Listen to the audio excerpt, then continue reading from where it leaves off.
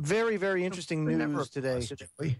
I know we're never at a loss for things to talk about, but you know, today is just one of those days where it's like a gold mine. If you've ever done talk radio before, then you know what I'm talking about. But when you're going through and amassing your pile of prep, there are certain days that are more conducive to conversation than others. Today being one of those days. And tonight, we're going to talk about this Army document that's been leaked. And I've got a subject matter expert coming on for just one segment, just to give his take on it, a little bit of an overview. But he was a soldier, did a couple of tours in Afghanistan as somebody who specialized in PSYOP. So just to give you an idea of somebody that has some firsthand experience dealing with this kind of thing, I'll have him on the broadcast tonight to talk about that. We're also going to get into, a whole host of things. Primarily, I want to talk a little bit about tonight about this University of San Diego, UC San Diego student who was locked up for 5 days in a DEA jail. Dude, that was outrageous. Unbelievable. I mean, this thing, there are a lot of things that go on in this world and in this country that should spark outrage. But this one here is just, this defies all logic. So I want to go through that and talk about that situation that went down. We're also going to talk about how Obama wants freer access to your cell phone record and how the government is seeking more than 1,700 secret warrants to tap your phones, to read your email. Remember I told you that they always catch up on the paperwork afterwards? They're already doing this. But this is a formality. I just want to showcase to everybody how this goes, how they go about the process. We'll also be talking about illegal aliens and these people that have taken advantage of tax loopholes to the tune of $4.2 billion annually. Oh, my gosh. And if we have time, we'll get into, we'll definitely talk about Rand Paul's campaign to end the TSA. And so, I mean, just so much to talk about, Tim. God help him with that one. I tell you what. Absolutely. Man, talk about going out in the range and trying to wrestle some bear. Yeah, you're not kidding. You're taking on some really, really, really interesting people when that happens. But I want to start the show out tonight, folks, with a quote. Because it's so important to understand. You know, Tim and I often tell you you're not alone. That it's so easy to feel isolated when you exercise your critical thinking skills, when you decide to look at everything rationally and make an informed, educated decision. A lot of people don't like that. And so they tend to alienate you. They make fun of you. They marginalize what you say. But I want to read this quote. And this quote comes from a speech given by President Teddy Roosevelt. This is after he left office. He was in Paris, France. Boy. 23 April 1910. The speech was called Citizenship in a Republic. And the little excerpt I want to read you goes like this. It's not the critic who counts, not the man who points out how the strong man stumbles, or where the doer of deeds could have done them better. The credit belongs to the man who's actually in the arena, whose face is marred by dust and sweat and blood, who strives valiantly, who errs, who comes short again and again, because there's no effort without error and shortcoming, but who does actually strive to do the deeds, who knows great enthusiasms, the great devotions, who spends himself in a worthy cause, who at the best knows in the end the triumph of high achievement, and who at the worst, if he fails, at least fails while daring greatly, so that his place shall never be with those cold and timid souls who neither know victory nor defeat. It's a very, very, very powerful quote by Teddy Roosevelt, a guy who, from his early years, knew adversity, and also as a soldier. I mean, he made quite a name for himself in the, the Mexican War down in Texas. Yeah. And again, this in Cuba, San Juan Hill. Well, and especially at that time, because of what was going on, we've talked Right. about the historic audio tapes that I've got that we got to play one of these nights about the people at that era, fighting, against the Federal Reserve before it's enacted. They knew that it was a bad thing coming on the pike, and he's one of those guys. Yeah. As a matter of fact, history shows that, there was quite an outcry about the Federal Reserve, the whole idea. But one thing that Teddy Roosevelt was a staunch advocate to break up the monopolies. He was one of the prime people to go after Standard Oil, to go after Carnegie, to go after all of the, quote, powers that be of that time to try and break them up. There's something. The breakup actually made Rockefeller much richer. It was a windfall for him. Sure. But in all honesty, folks, you have to get active. You have to get pissed. I know when we talk about the internment and re-education camp document tonight that you've heard it all before. Yeah, this is old hat. This is old news. We knew they've been doing this for a long time. That's not the point of going over this. Again, the point is to keep it fresh in your mind, to not be complacent, to not get comfortable, to not say, well, they haven't done anything yet. They must have shelved that. No, that's not it. You people should be outraged. Every single one of you. And spread the word. All of us. Absolutely. And you don't want to be one of those cold and timid souls who neither know victory or defeat. You want to get involved. Even if you get knocked back a step or two, keep fighting. Keep fighting, because the only way we're going to do this is if we're all in this together. If we all see the end game together. Mm-hmm. If we all come together, regardless of our differences, and beat back these SOBs that look at you as a number, as a thing, as a useless eater. For crying out loud, these people have fought back. I mean, look how persistent they've been. Right. This thing was supposed to be a slam dunk for them after World War II, or after World War I with the League of Nations, So they've been persistent. We just have to be just as persistent, folks. That's right. And the way to do it first is embrace your humanity. They've trained us. They've brainwashed us into thinking that race has to do with skin color.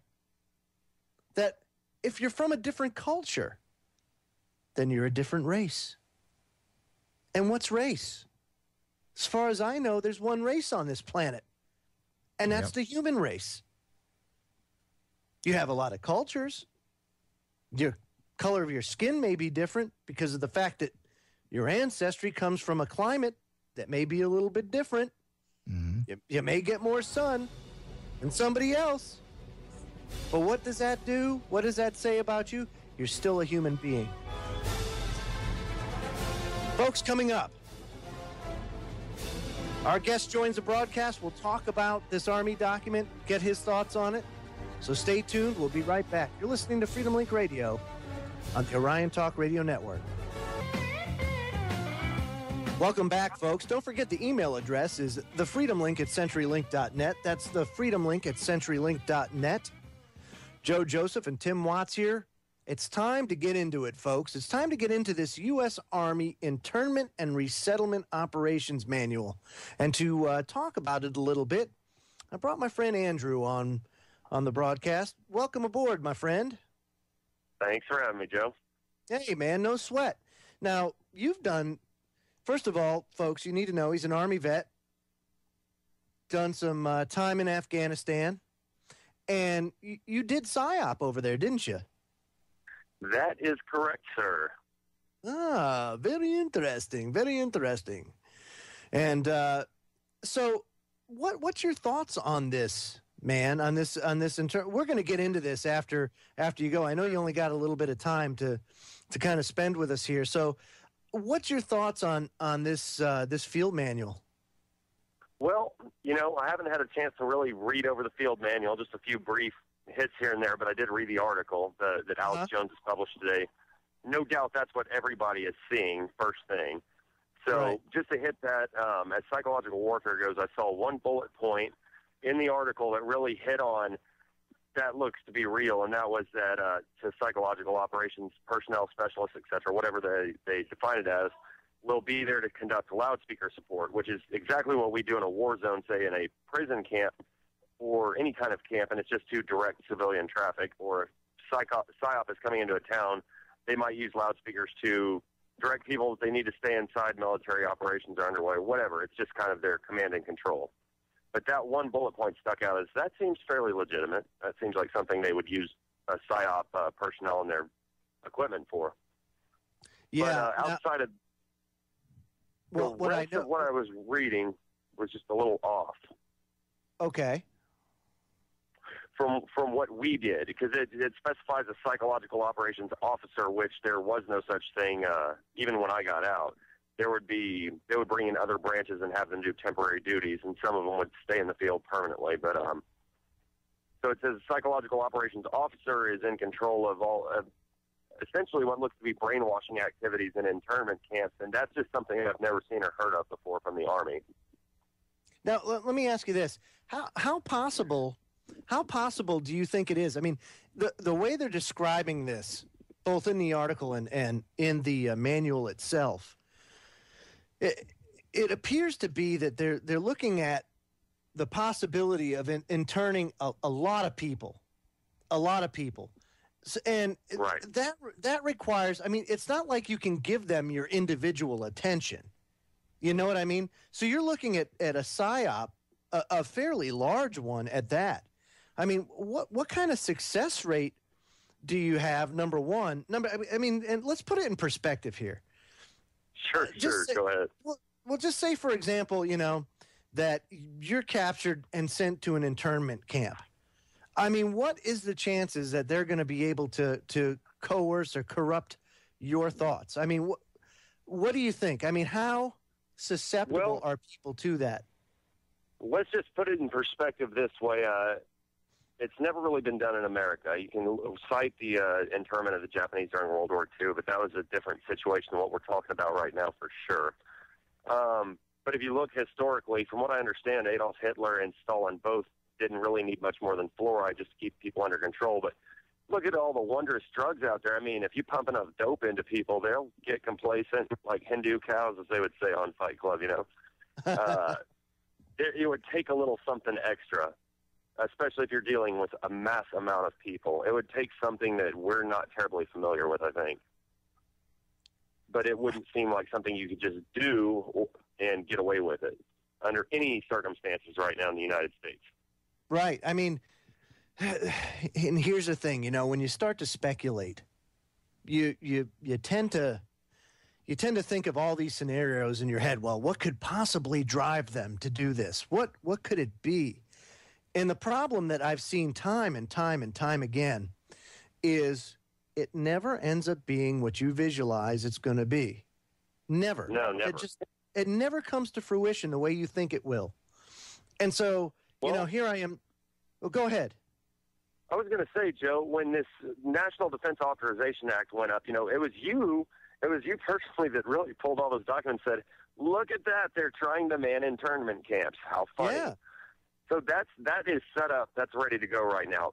Now, a mutual friend of ours, I won't say his name right here, who is very well connected, who calls every governor, senator, congressman, FBI agent, anybody he thinks he needs to call to figure something out. Yeah, he's got both friends and enemies in the FBI due to who he is and what he knows. And he made some calls, and the FBI agents in his state were secretly, and I say this kind of in a humorous way, they're secretly emailing each other back and forth when all that went through about what does this mean? And, they like a bunch of conspiracy theorists, like, whoa, boogie, boogie, what does all this mean? And their conclusion that they came to is that this is most likely, they're setting up refugee camps for some kind of imminent disaster that basically just that they know something that we don't know, and they think it's some kind of refugee camp. But if you could imagine that in America today, as many people as are at least partially awake now, there's going to be a lot of people that would end up there that would be very, very distrusting of why they were there. Yeah. One thing that I think about is that we've seen the timeline, the progression of this stuff being put into place. And Timmy, I mean, we say it all the time that it's accelerated big time just within like the last 6 months or so between the legislation. It's getting exponential, is it not? It just seems every day it's twice what it was the day before, and it's really hit a downhill slope recently. Absolutely. Absolutely. And so here's the thing. Now we got this NATO thing going on in Chicago, 19 to 21 May. And isn't it interesting that they hold the NATO summit in Chicago, number one, a very large population center, extremely large, the third largest city in the United States. And they say to the citizens of Chicago that you may have to leave your apartments and your places that you live. You may have to go for a weekend. Get out of Chicago. You don't want to be inconvenienced. They're going to be shutting down the streets. Those pesky people that are going to be protesting out there, and may get violent. You need to evacuate. Now, just think about this for a second, folks. I want you to put your critical thinking caps on for a second and say, you have the third largest city in the United States, and you're infringing upon how many people's rights to live in their own damn houses. What is so important about this summit that they can't hold it at Camp David or somewhere else? It's amazing. Now that's really the best question, and the answer really doesn't exist except in our imaginations. But if they actually do this, let's say they actually start evacuating people, but there's no emergency or disaster. All I can really say about it is everybody that just willingly goes just kind of deserves what they get. And I hate saying that anymore, but if they haven't figured out the gist of things yet, I hate it. It's like right out of the manual of Silent Weapons for Quiet Wars. It's like, off to the corral you go, little sheep. Yeah, no, whatever happens to you, I agree. That's on Farmer Bob. I totally agree with you. And but my thing is this, is it a dry run for something to come? I don't think. This is one thing I'll suggest. Something that major, something that big of a deal, it couldn't be a dry run, because this would be, unless all information is shut down before this happens and they pull something off, there's no way they could, there's literally no possible way they could do this without inflaming this entire country right into something that we don't want to see, and something they'll lose control of. That's right. Hey, Andrew, thanks for stopping by, man. I don't want to keep you. I know you're busy. Folks, coming up. Thank you for having. Hey, no sweat, Andrew. Coming up, we'll go into this document and give you some highlights. All that and more when we come back on Freedom Link Radio. Stay tuned.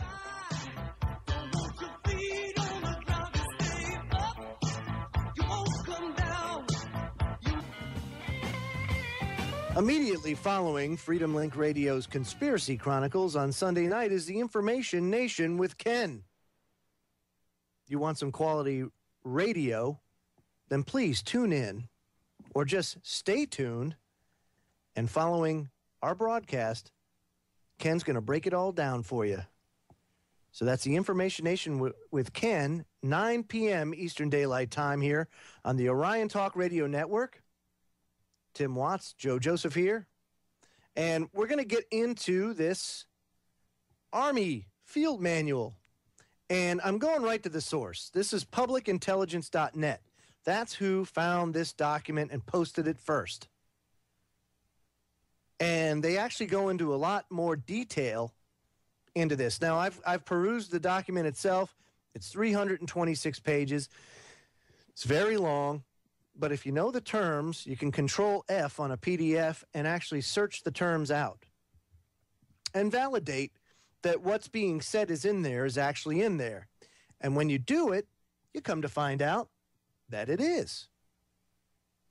So let's get into this a little bit. Now, this manual is the Field Manual 3-39.40. It was written in February of 2010. Actually, it was published in February of 2010. This probably took about 3 years to write. 326 pages. Good night. But it has to do with internment and resettlement operations. And it also has to do with the United States. Yes, folks, it's in there. This is not fear-mongering. This is serious. And I'm only telling you this now so that you are informed. You know, Thomas Jefferson said it best, inform the public generally, inform the people generally, and tyranny and oppression will vanish like the dark at the dawn of the day. Yep. This is nothing to be afraid of. This is nothing to fear. This is something for you to know. Because the more you know, the more you can take action. What that action is up to you. You have to decide what's right for yourself and your family. But the biggest thing is don't sit idly by. But this IR operations facilitate the ability to conduct rapid and decisive combat operations, deter, mitigate, and defeat threats to populations that may result in conflict, reverse conditions of human suffering, and build the capacity of a foreign government to effectively care and govern its population. I like that.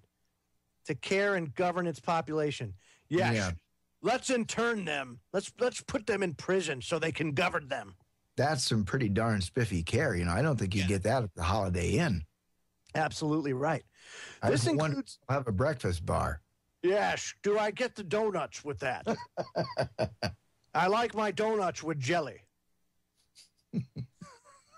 This includes capabilities to conduct shaping operations across the spectrum of military operations to mitigate and defeat the underlying conditions for conflict and counter the core motivations that result in support to criminal, terrorists, insurgents, and, my favorite, other destabilizing groups. Always got to have something nebulous in there. Yes, very, very generic, very broad, other destabilizing groups. IR operations also include the daily incarceration of U.S. military prisoners at facilities throughout the world. And now, what I'm reading you folks right now, this is the introduction to this manual. This manual continues the evolution of the IR function to support the changing nation of OEs. In light of persistent armed conflict and social turmoil throughout the world, the effects on populations remain a compelling issue. The world population will increase from 6 billion to 9 million in the next 2 decades, with 95% of the growth occurring in the developed world. By 2030, 60% of the world's population will live in urban areas, coexisting demographically and ethnically. Diverse societies will aggressively compete for limited resources. Let's stop right there. There is, first of all, yes, we know that resources are finite. I think we're all aware of that. But that's not the key issue here. Because there is no shortage of resources. I want people... Well, Timmy, people need to be clear about this. Yeah. It depends on which resources we're talking about, because there's a lot of resources that they say we're short on, and I'm like, bull feathers. There's so many things that we could do, other things that we could move to. I mean, it's like, I don't know, it's like parsing semantics in some way, but in another way, it's just a very disingenuous argument, or maybe not wholly accurate is probably what I should say. No, you're right. But that's the thing, It's funny. Somebody did and I can't remember where I'd heard this from. I know I'd read it in an article at one point in time. But basically the point is that you could, if everybody in the world decided to live like a Buddhist monk, they could take the entire population of the world, give everybody in the world a half an acre. Or an acre. I think half an acre or an acre. I can't remember what it was. Yeah, it was half an acre. Yeah. And you could fit everybody with room to spare in the state of Texas. Yes, sir. And that there would be plenty of resources. No problem. Everybody could be self-sustaining and do it all within that little footprint. I mean, that's a pretty powerful comparison. And the thing is yes, Are we a nation of consumers right now? Yes. The United States is most certainly a nation of consumers. We're a culture of convenience. You've heard us say that before, and I'll say it again. Is there ways that we can do things differently? Yes, there are ways that we can do things differently. The problem that exists in this country and the world is that you have corporations that are in place that stand to lose a lot if we went to something along the lines of, say, Tesla technology that utilized latent energy or longitudinal EM. You know, Tesla figured out that there's enough energy in a cup, just in a cup, to power like everything throughout the world. It's just how to harness it. Well, he figured it out over 100 years ago. But they don't want that technology to be out for you. Well, then they can't charge you for it, for oil, for everything else.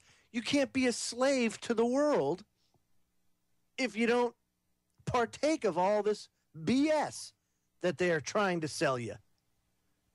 So the idea is to reduce the consumption of that stuff, to not participate, to pull yourself out in any way that you can, or reduce feeding the beast, I guess you could say. And we can do it. A lot of us have done it just because of the fact that we can't afford it. You know, look at how things have gone, Tim. I think they manufacture, the scarcity to a greater degree, because with scarcity and demand, there goes your price. I mean, you think about one little thing like we often talk about the hemp thing. I mean, God knows there's one product right there that all the things that it could replace. Can you imagine? Scarcity all they want, but I mean, you can sow a crop of hemp and, turn around next year and do the exact same thing. You don't have to wait 60 years for another tree to grow. That's right. That's Paper, right. Plastic, wood products, all the things you can do with it, medicine. Not to mention the fact, think about. Just one product. Think about this. Now, right, here we are. President Joseph, if he was elected president. That's got a ring to it. Yes, it does. I'd be in the first thing that I would do, if it was me, is I would suspend the Constitution. And I know everybody's like, oh. Well, let me clarify that a little bit. Yes, that would make you popular right away. I would suspend the Constitution of 1871. That's what I would do. And I would reinstitute the organic Constitution signed in 1787. Well played, Joseph. Well played. Yes. So right off the bat, that would be like one of the first things that I do. And then one of the next things that I would do, since the DEA falls under my purview, is I would stop enforcing anything that has to do with drugs in this country. I would tell the DEA to go and pack up your desks because it's just a matter of time before you all get your pink slips. Well, But when we come back, I want to talk a little bit more about this thing and get into where the focus needs to go. So, folks, stay tuned. You're listening to Freedom Link Radio on the Orion Talk Radio Network. We'll be right back. Folks, it's so important that we strive that we possibly can here in the time that we have left. And who knows how much time that is, One of the biggest deceptions out there is that there's always tomorrow. That don't worry, we'll just do it tomorrow. Everything's fine, going to quit smoking, I'll quit tomorrow. It's not a big deal, And that's one of the biggest deceptions there is because you just don't know. You never know what tomorrow will bring or if it even's going to come. Now, we're talking about this Army Field Manual on internment and resettlement operations. And I want to get back into this. It says, typically overpopulated third world societies suffer from a lack of legitimate and effective enforcement mechanisms, which is generally accepted as one of the cornerstones of a stable society. Yeah, of a slave society. Stability within a population may eliminate the need for direct military intervention. The goal of military police conducting detainee operations is to provide stability within the population, its institutions, and its infrastructure. You know, I think the key would be their definition of stability. You know, it's like, are you taking it? Are you folks taking it? You know, because if you're not taking it, you know. Are you being good little slaves? Yes, that's it. That's their definition of stability. Right. Don't forget, folks, Are you taking it? You're a useless eater. You're a number. That Social Security number you have, that's who you are to them. That's it. You know? You're not John Smith or Jane Jones. You're a number. And that's all you are. They dehumanize. The people that wrote this manual, I'll bet you, are schmuckatellis like you and me. No, they talk about identifying Social Security numbers. Right, but they've been dehumanized, Tim. Mm-hmm. You know? That's the thing, is they've been dehumanized. Yeah. They don't look at it as, look, I'm writing about my fellow human beings here, my fellows, my neighbor down the street. No. They look at it as, oh, the enemy. Bah. Well, who's the enemy? They don't even know who the enemy is. They just visualize who they're programmed to believe who the enemy is. That's the problem. It's anybody that threatens or questions their control. Right. Now, here's a very interesting part of this introduction that I want people to really soak in here. It says an adaptive enemy will manipulate populations that are hostile to the U.S. intent by instigating mass civil disobedience, directing criminal activity, masking their operations in urban and other complex terrain, maintaining an indistinguishable presence through cultural anonymity, and actively seeking the traditional sanctuary of protected areas as defined by the rules of land warfare. But let's just think about that. They will manipulate populations that are hostile to the U.S.'s intent by instigating mass civil disobedience. So what is it? So now, if people in Chicago decide to protest the fact that NATO has really infringed upon their rights, I mean, for goodness sake, they can't live in their own doggone apartment. They have to be evacuated because some schmucks want to go and hold a conference there. I mean, think about it, Tim. I mean, how brazen is that? And since it's pretty why ridiculous. can't they have it anywhere else? Exactly. I mean, there's so many other places, and you know, we've talked between ourselves. You know, Camp David comes to mind, and there are plenty of other venues where they can have security, and they're not going to, you know, affect a large metropolitan area. So I mean, how much freaking brains does it take to plan? Why do this to a city? You know, now my friend, you know, we were talking during the break to my friend Steve Dahlman in Chicago. He's going to be helping us out with some stuff here at Orion, and he's going to be our on-the-scenes reporter, Joe. You know, when all hell breaks loose. Yeah, no, and that's great. Because I'm kind of expecting it. And I said, dude, you are going to be down on the street with your cell phone. Oh yeah, I'll be down there for you. I don't think he knows what to expect, but anyway, he said people north aren't really that affected. He says if you're south of the metro area, anywhere in that area, he says they're pretty ticked off. So that's kind of interesting, you know, that the fact the city's a little divided. You know, if you're not in the affected area, no big deal to me. Oh yeah, I mean, it doesn't affect you, right? But now, see, I'm not looking for any tipping point here. Personally, I don't know what to think about it. I know I know what's going on. I just don't know how far they'll take it. It just seems freaking stupid. I mean, at face value, at every level. Think about it. You know, in an incremental, this stuff has been happening incrementally, and we've seen it pick up pace. You know, like we've said before, we've outlined how fast they've been implementing things here just in the last 6 months. And what better way to know your capabilities and your shortfalls than to hold a conference like this that we know is very controversial, that's very polarizing, in the third largest city in the United States to see how you respond to it, because the majority of your problems are going to come from the population centers.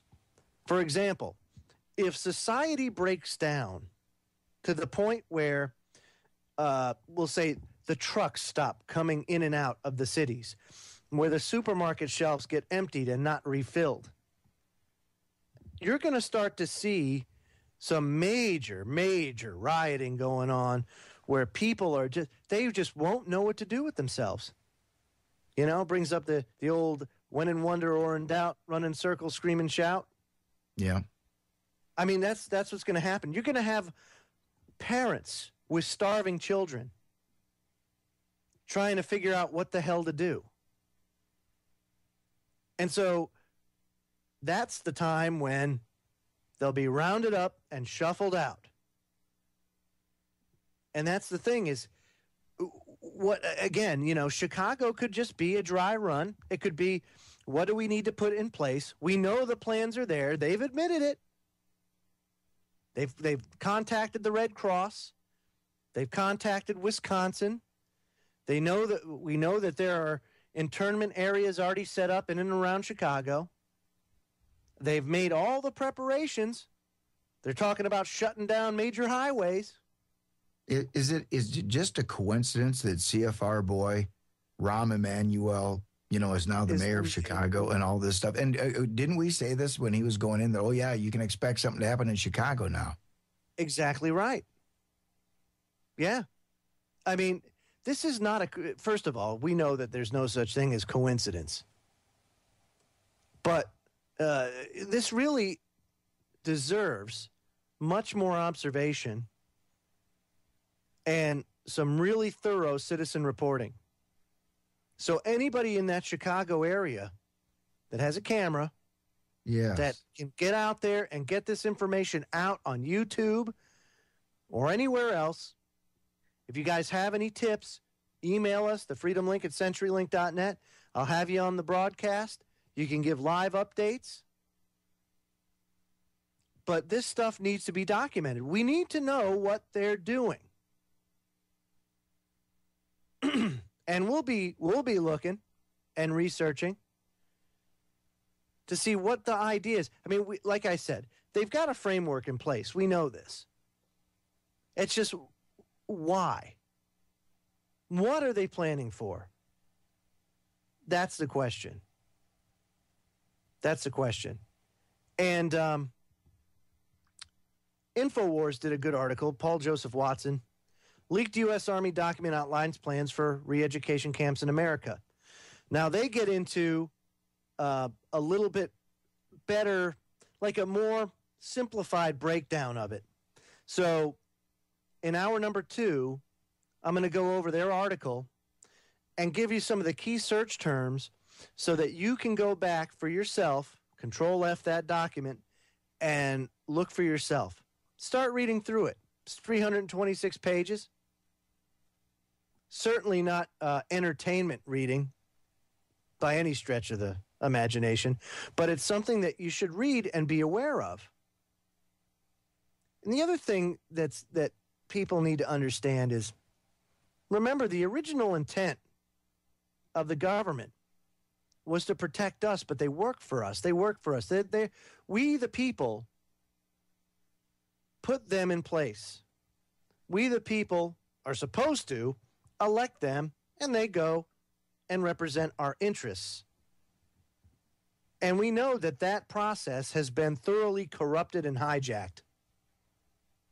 And now they think that they own us. And that's a problem.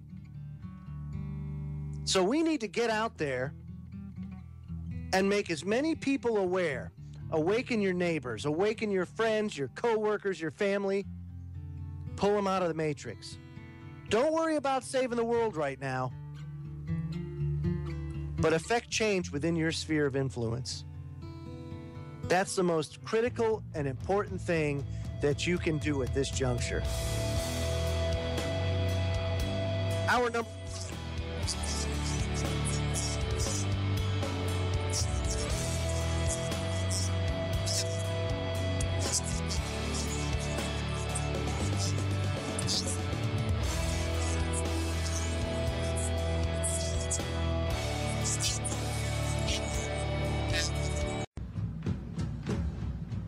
And it is that while the lethality of their power is greater than ever, their capacity to impose control over the politically awakened masses of the world is at a historical low. Namely, in earlier times, it was easier to control 1 million people. Literally, it was easier to control 1 million people than physically to kill 1 million people. Today, it is infinitely easier to kill 1 million people than to control 1 million people. The smoke in the air of our Concord bridges and Pearl Harbors is always smelled first by the farmers, who come from their simple homes to find the fire and fight.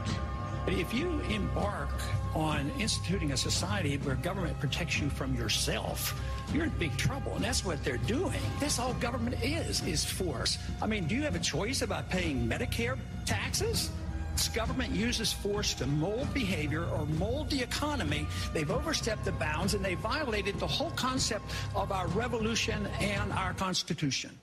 Ladies and gentlemen, it's hour number 2 of Freedom Link Radio on this Thursday, the 3rd of May, 2012. I'm Joe Joseph, along with Tim Watts.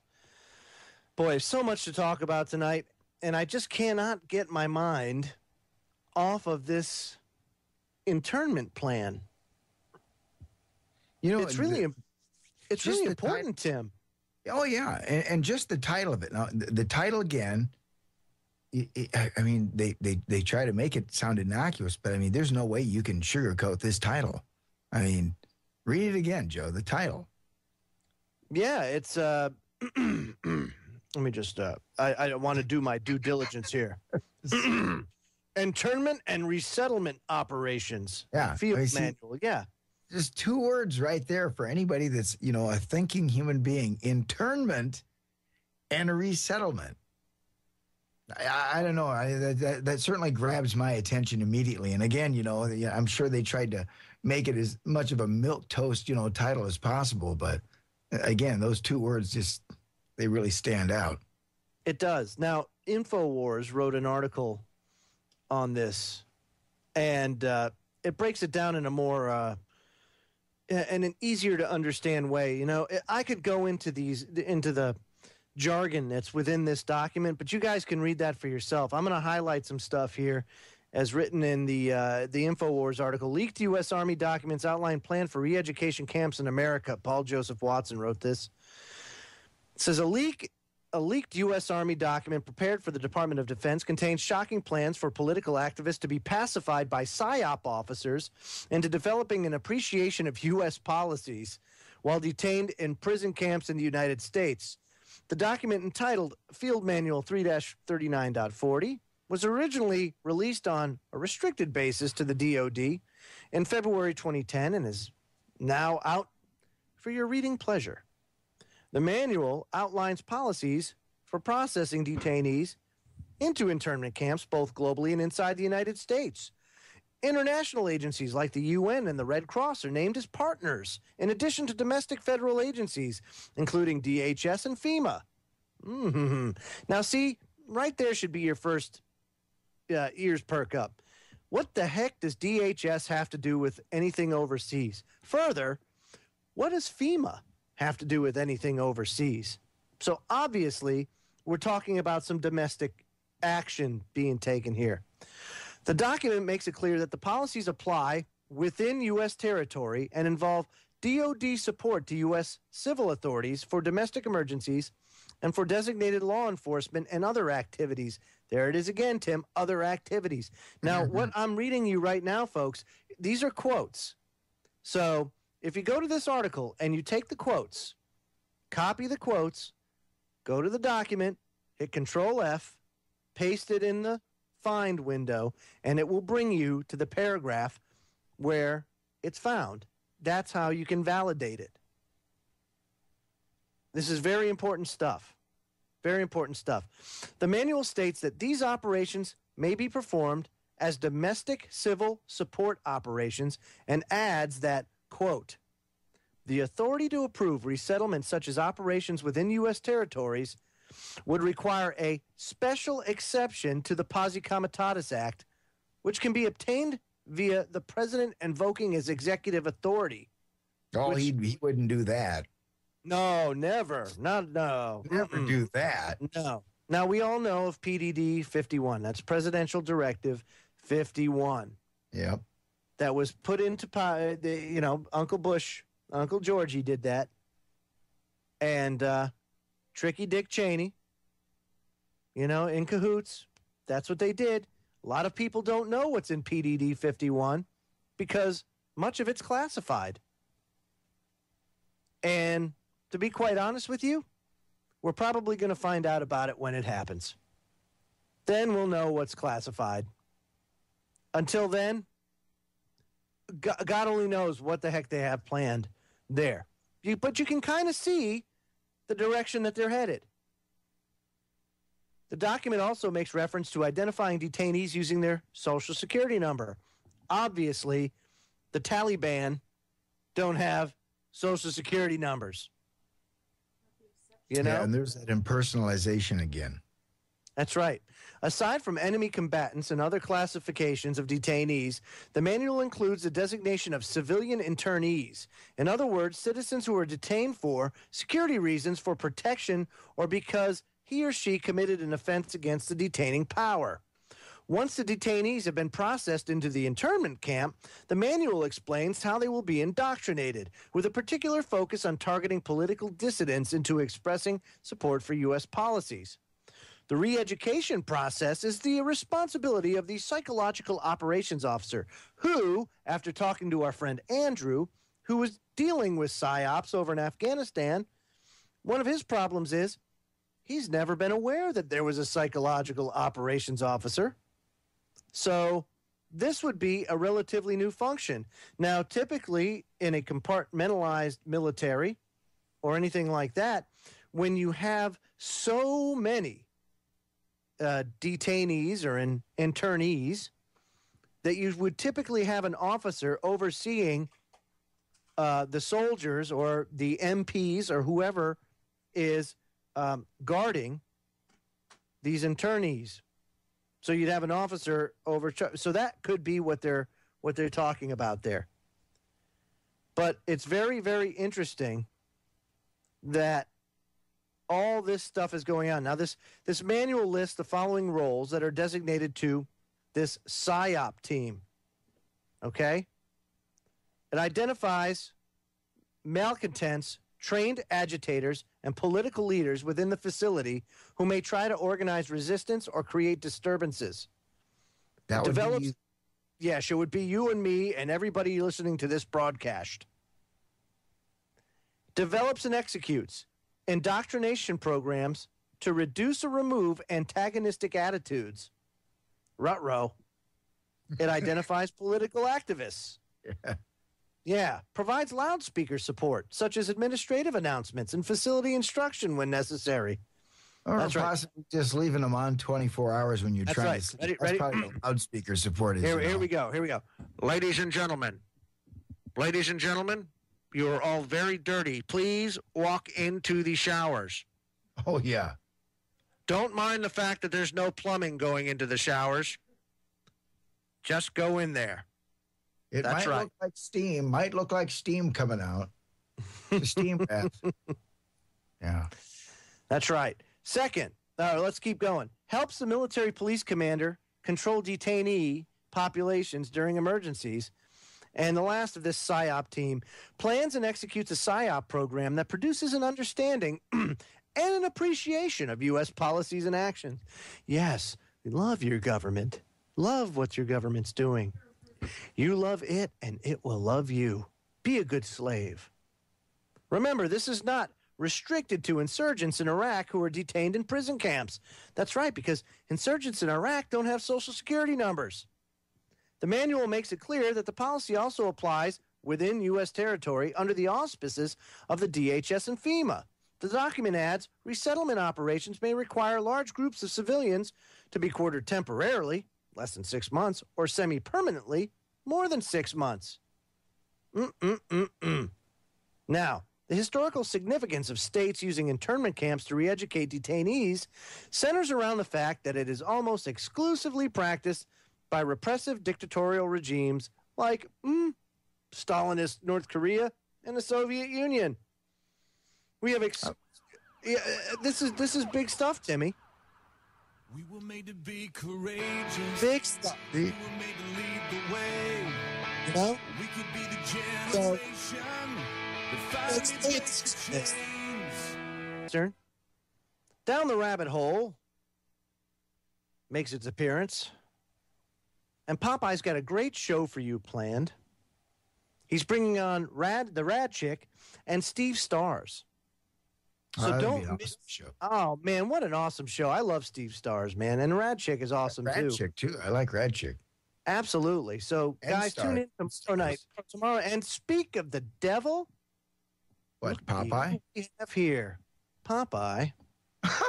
See, I knew it. As soon as you said devil, I thought, oh, okay, Popeye comes to mind. And what better person to talk about this next item of business about the UC San Diego student who was forgotten about in a DEA holding cell for 5 days. How does somebody not get fired for that? Can I ask you that? Wait a minute. Wait, fired? Hung. How about drawn and quartered? Can I tell you something? If that were my kid, and I would be an uncontrollable father, and I would go down there and I would demand the head of the unit to come outside and take all his stuff off, his badge, his gun, all this stuff, and come outside and we'd do smokers. Actually, yeah. It's like the old days, yeah. Yeah, but you want to know something, dude? Take it a step farther. Who is ultimately responsible for their conduct? It's Eric Holder. Eric Holder's the Attorney General. DEA falls under the Department of Justice. He is directly responsible for what happened. So this is great. Not for him. Well, let's say for Daniel Chong, the student, 23-year-old UC San Diego student, his life is made now. He endured 5 days of sheer hell. But I guarantee you, he'll never have to work again a day in his life. Oh, yeah, he got him to admit it, too. You know? I'm sure there's attorneys knocking his door down right now, trying to say, let's go. Because, you know, not only is it an egregious act for them to put you in a cell with no food, no water, no toilet, no nothing, to the point where you go insane, that you're carving "sorry, Mom" in your arm. Well, wait, you got to explain that because we talked about this off air last night. Well, we are, and I'm gonna. He ate his glasses, Joe. I know. Oh, Serious. I mean, he ate his glasses to survive. I could do 5 days on my head without food. Can you? Yeah, I can. But I got my type of the.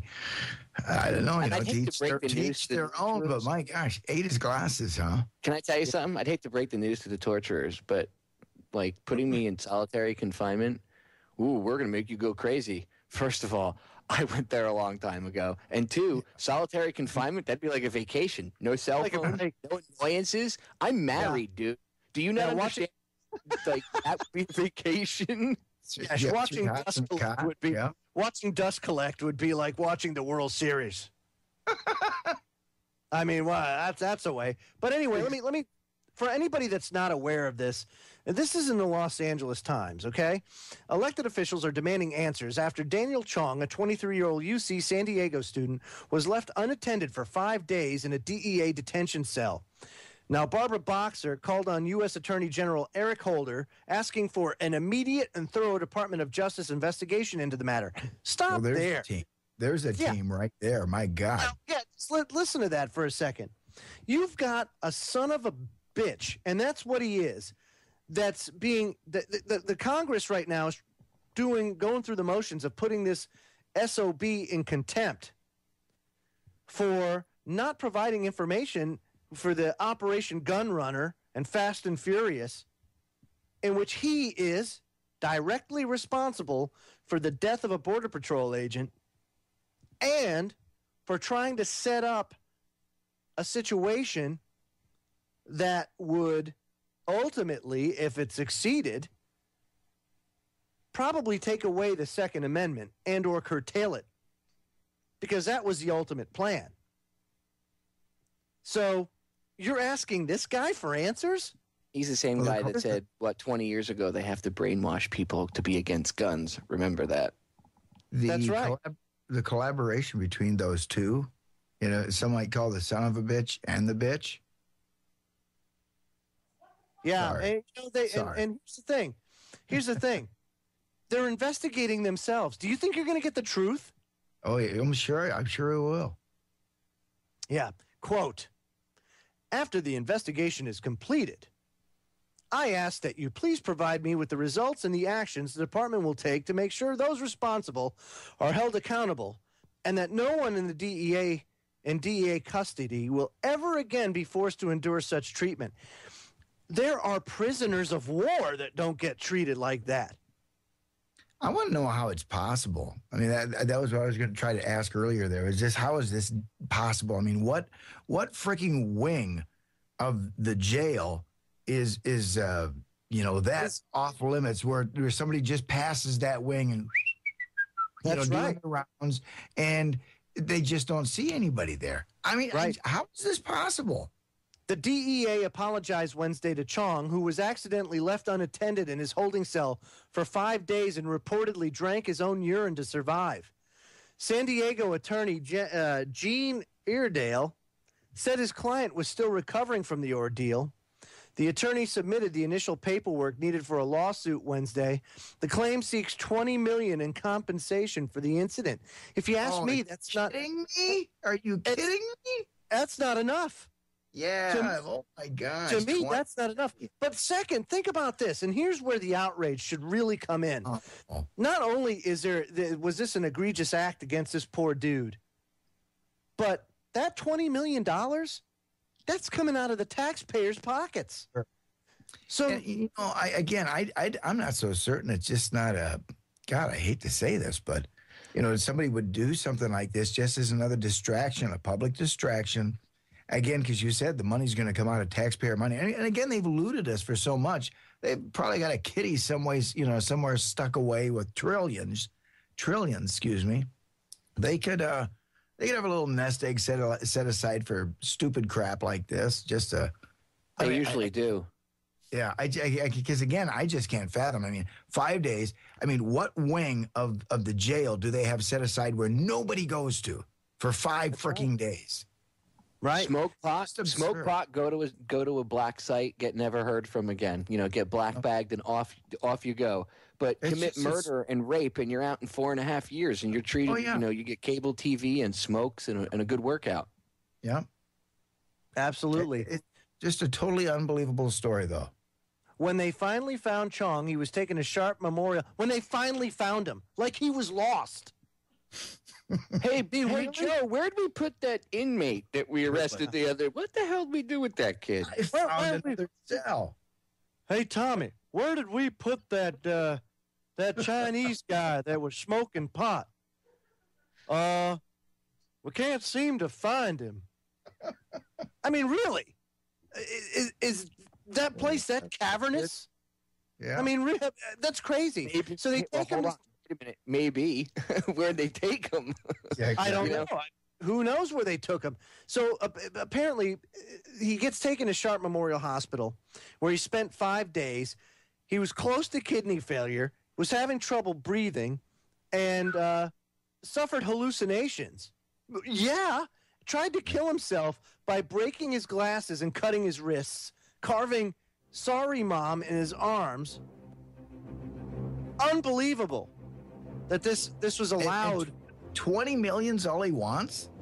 I know. I'd be breaking the bank on that. Sorry. 200. Boy, so much more to talk about, folks, when we get back, so don't go away. Listen to Freedom Link Radio. We'll be right back. Has been so awesome that he decided, of his own free will, to go and create a show page for me on federaljack.com. So now you can go to Freedom Link Radio on Federal Jack. How cool is that? He's just a kind of guy. Right, and you can get the latest news all in one place, like a one-stop shop.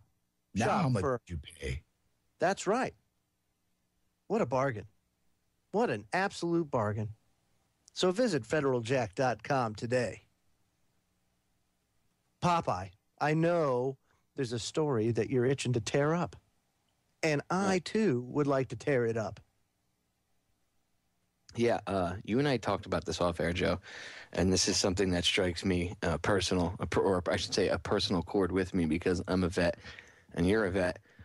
And it's a little off the New World Order subject, but again, it's a big corporation treating somebody like a lower class citizen and just being typical corporation. A veteran, a dying Vietnam veteran, is getting screwed over by Spirit. In fact, I'm just going to play a quick clip so you can hear some of it for yourself, and then we can tear into it. Check this out.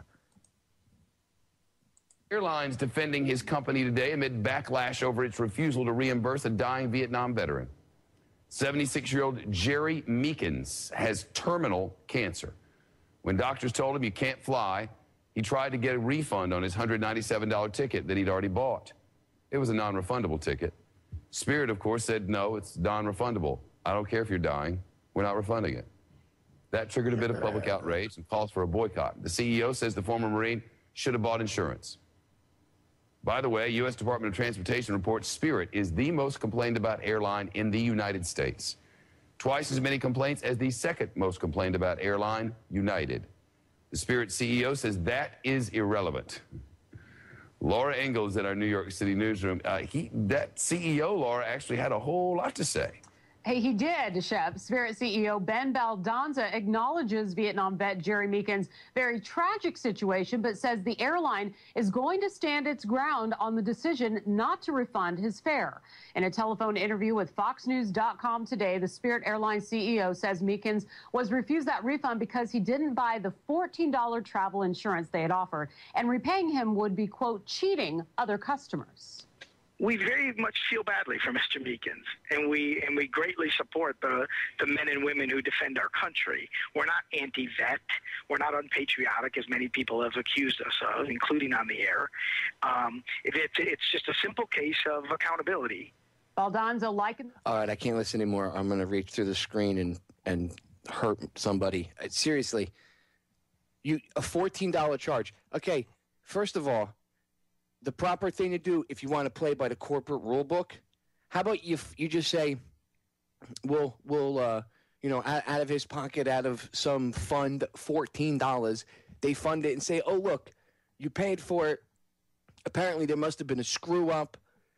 No problem, sir. We'll refund your money. Then the guy, everything can be covered through corporate.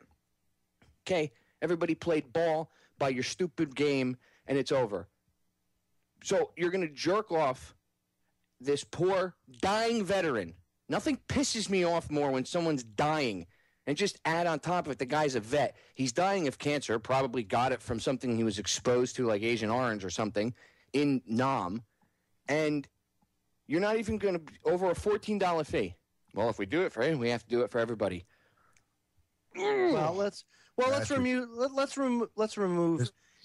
remove humanity for a second and look at it. Let me play devil's advocate for a second. Okay, you're good at this. Go ahead. Yeah, because I just want to spin you up even further, actually, is all. Yes, that's really my intent here. But if you look at it, the Ginzo there, that I can't remember his name, but he's saying that if I do it for him, then I, by default, kind of have to do it for everybody. Otherwise, it's not fair. And now I'm done playing devil's advocate. That's BS. Because there's exceptions to every rule. There's exceptions to every situation. And this is obviously one of those exceptions. A dying man, regardless of if he's a Vietnam vet or not, the man's terminally ill. You get a doctor's note or whatever. This is not one of those non-refundable incidents that you're talking about. The, oops, I missed my flight. Can I get my money back? No, this is, the poor guy's dying. His doctor says, you can't fly anymore, man. Sorry. it's one of those exceptions to the rule. So I don't care what you got to do.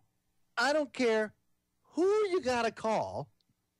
But I'm asking our listeners tonight to please call Spirit Airlines, voice your discontent, and by all means, do not fly on that stinking piece of crap airline until it goes under.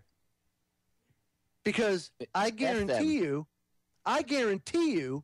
that Spirit already isn't doing well. Did they get bailout money, Joe? Did they get? Remember when we bailed out the airlines after 9/11? Did they get any bailout money? I don't know if they were around then. Well, if they were, we should look into that and see if they got, or if they've gotten any money in any way, shape, or form from the taxpayers. Yeah, that's a good idea. Because that'd be another thing that another front we could go after them on. Because Spirit needs to, they really need to be persecuted for this. I don't care. You know what? And you're right. He's not doing anything illegal. Yeah, he's not doing anything illegal. This is just clearly immoral. He's a dying human being. Have some humanity, you corporate scum. Well, there's Spirit Airlines, and they've got spirit. Yeah, they got spirit. It just happens to be like evil. Yeah. Evil. And I got to tell you, dude, that was a pretty piss poor, devil's advocate there. You really sold that. You really sold that one, buddy. And I can't. It's just so freaking egregious. You can only put so much lipstick on a pig, huh? You can't. I mean, I'm sorry, dude. Yep. Again, there's exceptions to every rule. And this is one of those clear-cut exceptions. I'm sorry. I'm sorry. Yeah, you're right. Technically, there may be a few customers that try and take advantage of that and say, man, you know what? You gave it to that dying vet. Well, you tell them that screw. That's what you do. Just because I missed my flight. And you know what I tell them? Are you dying? Yep. No. Are you a vet? No. And shut up. Exactly. Yeah, stop being a whining bitch and shut your mouth. Next. And by the way, if anybody's interested, Spirit Airlines CEO, his name is Ben Baldanza. Ben Baldanza. I guess that's how you pronounce his last name. Very nice. Yeah. And all things aside, bro, this is just a clear-cut case of corporate greed and a lack of humanity. That's really all it is. Something that just plagues this planet. Well, it highlights the lack of heart, that's happening in this country for, decades now. The lack of corporate heart. Give us your freaking money, support the company, and then screw you. We don't give a damn, I am just so beside myself when I think of that. It just you want to talk about something that takes the wind out of your sails? Actually, no, it doesn't. It's actually like a flipping tornado getting caught in my sails. Dude, honestly, this just pisses me off because honestly, I know you can do things. I had a similar experience when I was flying home. I took a last-minute flight home when my mother was dying. I had found out a couple weeks before she died that she was dying, and I was at my base, and I found out, and we took an emergency flight home. Now, I had a ticket that was, I was traveling like 2 weeks before, and they wanted to charge me, long story short, like a $180 fee. They waived it like that because I said, well, I'm traveling home. My mom is dying, and which was the truth. And I said, I'm in the Coast Guard. I just found out my mom's sick and dying. I'm trying to get home. Long story short, she was like, sir, hold on. I spoke to my manager, and we're going to waive that fee. Now, if they can waive that fee like that, why couldn't they do it for this guy? You want to know why? Because it's a corporate policy to be douchebags. That's why. And have no humanity. That's right. Folks, don't go away. Last segment of the show coming up. Don't go away. We'll be right back after these messages. You're listening to Freedom Link Radio here on the Orion Talk Radio Network and AM 60. Back, folks. Don't forget that email address, thefreedomlink@centurylink.net. That's thefreedomlink@centurylink.net. Joe Joseph and Tim Watts here, and tonight our guest for hour number 2, Popeye from federaljack.com and Down the Rabbit Hole. Yes, I haven't said it in French in a long time, so I figured I'd just give it that old French flair. So for our final news tidbit of the evening. Want to hear a joke real quick? Really, boy, talk about never mind. I was just at French. I was going to say, their military comes equipped with a white flag and a rucksack. Yeah, I know. Rah, the French, I know. I tell you what, buddy. Where was I? Oh, yes. Rand Paul has started a campaign to fix the TSA. Ooh. Yes, abolish it. Do you think it's going to get teeth, though? I mean, the last time a state tried this, they got threatened with an air blockade. Yeah, but see, here's the thing, man. And this is, now, if you couple that action, say states take action, and you couple that with action in Congress, I think you might actually be able to make some headway. But it's going to require more than just one senator. That's the thing. So we'll have to keep track of it. But anyway, Politico's reporting that Rand Paul has a reform plan for the TSA to scrap the whole thing. A personal message from Paul came atop emails this week from Campaign for Liberty, asking readers to sign a petition in support of Paul's End the TSA bill. Quote, each inch of our person has become fair game for government thugs posing as security as we travel across the country. Senator Rand Paul has a plan to do away with the TSA for good, but he needs our help.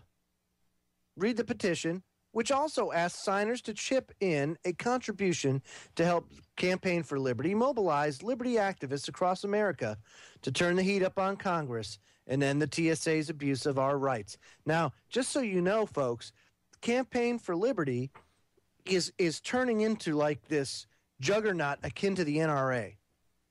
It really is.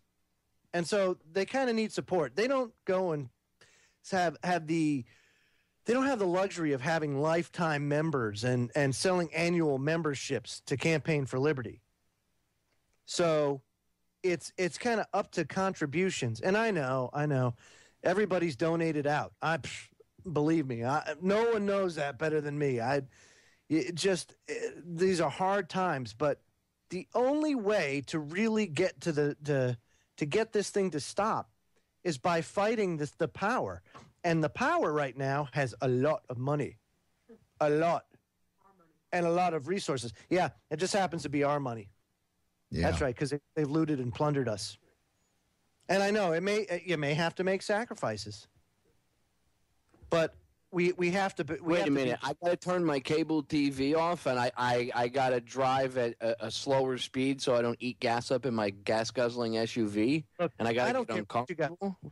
I can't get uncomfortable. I'm sorry. I have to have my air conditioning at 68 degrees, Joe. I'm sorry.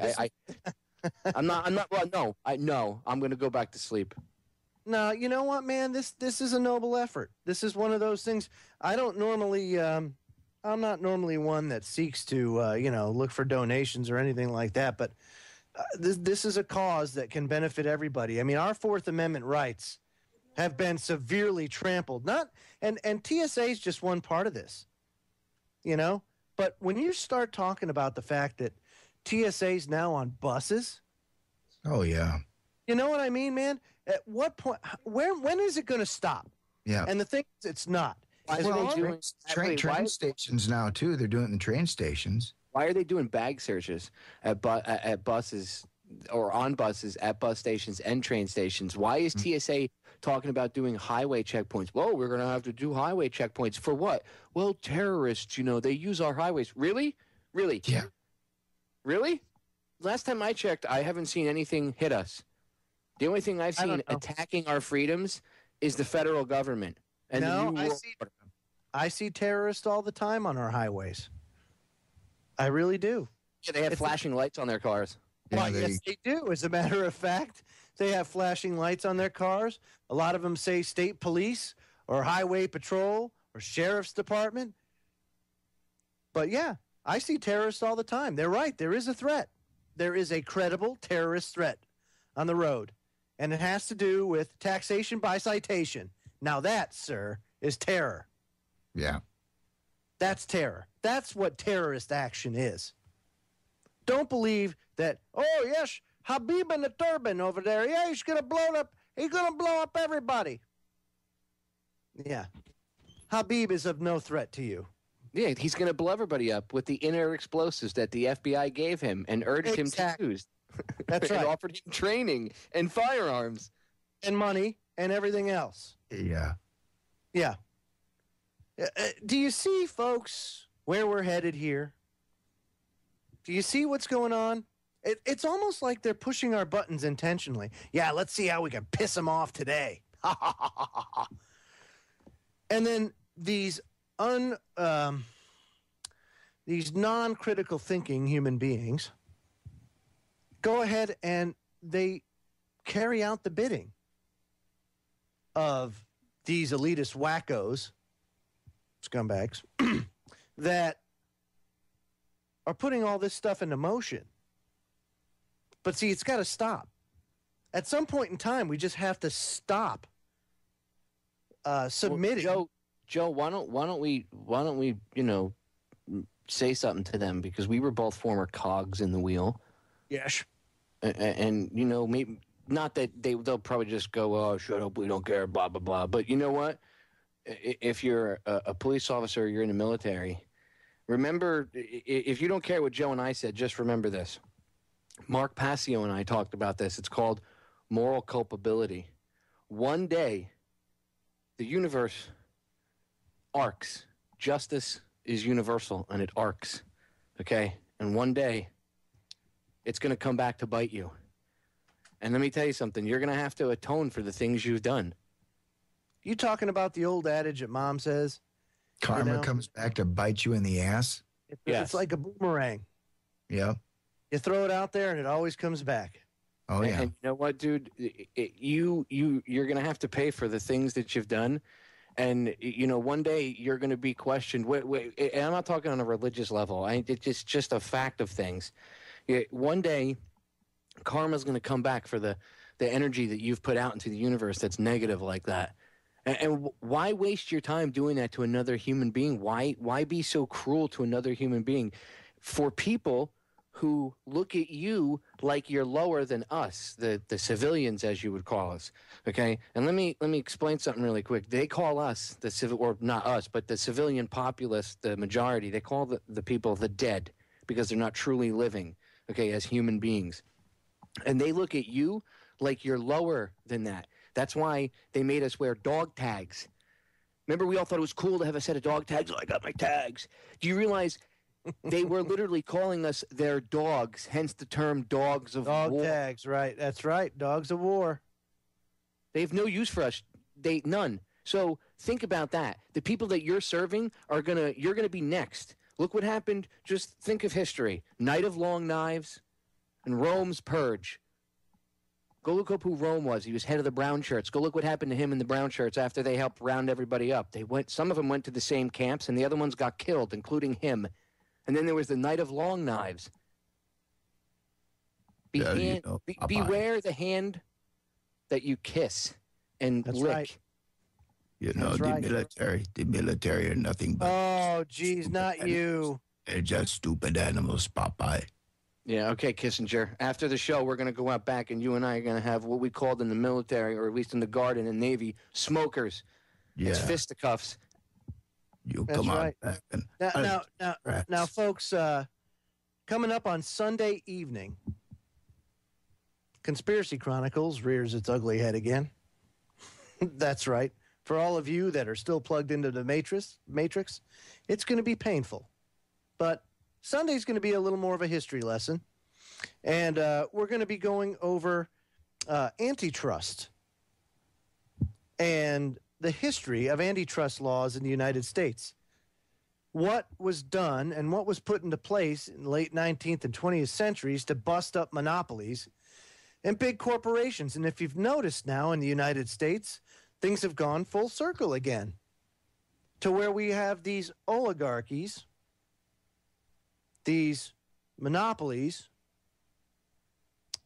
in place, wreaking havoc on society and our economy. So we'll be talking about that on Conspiracy Chronicles on Sunday night. And again, Popeye, you've got Rad Chick and Steve Stars coming on tomorrow night, don't you? Yep, and Sunday I have my buddy Winston the hacker coming on to talk about Anonymous and this crap that Iran's going to hack our infrastructure. Oh, boy. We warned everybody about this kind of stuff, so he's going to come back on and talk about it. Fantastic. But that, my friends, is the end of the Freedom Link radio broadcast. No. Thursday evening, I know. But remember, folks, we'll be back on Sunday, 7 p.m. Eastern Daylight Time, following Down the Rabbit Hole. Thanks for coming on, Popeye. Yeah, thanks for coming on, dude. Thanks for listening, everybody.